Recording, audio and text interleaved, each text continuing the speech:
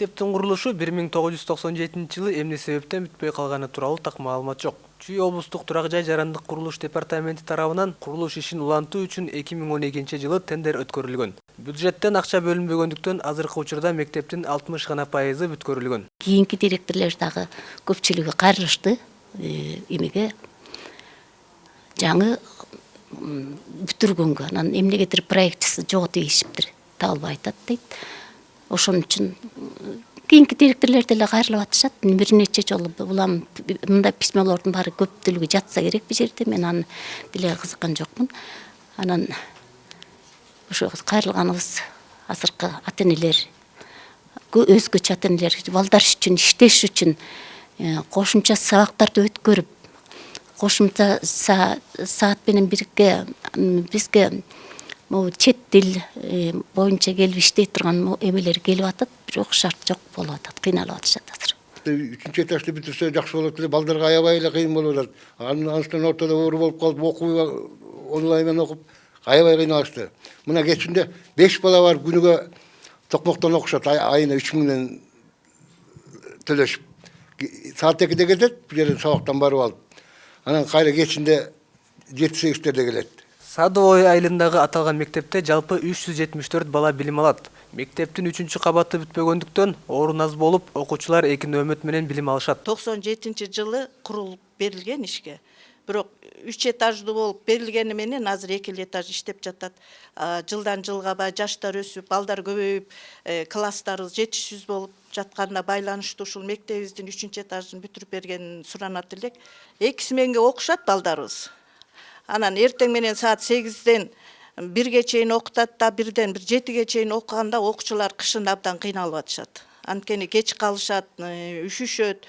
Ата-энелер душу аябай сарсанаа болобуз да, баягы кечинде школдон кеч келгенде.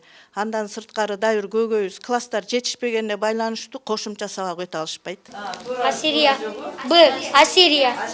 23 жылдан бери бүтпөгөн мектептин аткарылбай келген бир топ көйгөйүнө күбө болдук. Курулуш ишинин аягына чыкпагандыгы, жарым-жартылай мектепте билим алуу окуучулар үчүн бир топ эле кедергисин тийгизип жаткандай.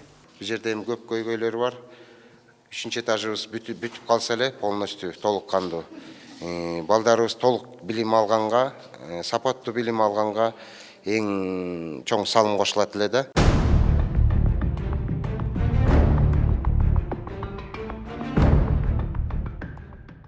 Кичинекей бөөктөр үстүнөн коркобуз, кечинде аларда бир урдап кетчеби деп, андай көп эле болот биздечи. Болбосо да мындай ушак тарайт да. Анан биздин мектепти бүтүрүп берсе жакшы эле болмок.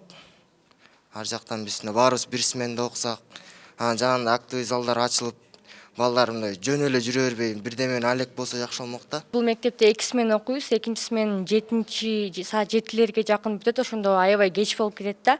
3-чү этажыбыз бүтпөгөнүнө байланыштуу ушундай 2 сменге бөлүнүп окуйбуз. 3-чү этаж бүтсө эгер биз баарыбыз бул жерге батып, 1 сменде окумакпыз, жана ошондой эле актовый залыбыз жок бизде. Азыр бизге информатика сабагы болуп атат. Бизде 17 окуучу класста, анан бир компьютерге 5тен отуруп кыйналып калып атабыз да, жакшы немете албай. Ал тургай айылда бала бакча жок болгондуктан билим уясынын бир капталын бала бакча катары беришкен. Бул жагдай бакча кызматкерлери үчүн да ыңгайсыздык жаратууда. Шарт түзүп беребиз деген ой менен ушул мектептин астына киргизип коюшкан. Мынакей чоң 3 класс эме болуп атат. Ээлеп турабыз. Анан кышкысын болсо айылды көрдүңөр, узун, баш аягы узун.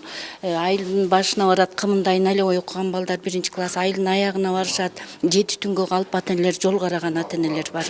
Анан ошо биздин оюбуз, бизди бакчаны бөлүп чыкса, именно түшкү смен алмашкан убакта биздин балдар уктаганга туура келет. Анан үстүбүз класс, бала деген ойнойт да, баары бир тапырлап, балдарга тынчтык болбойт.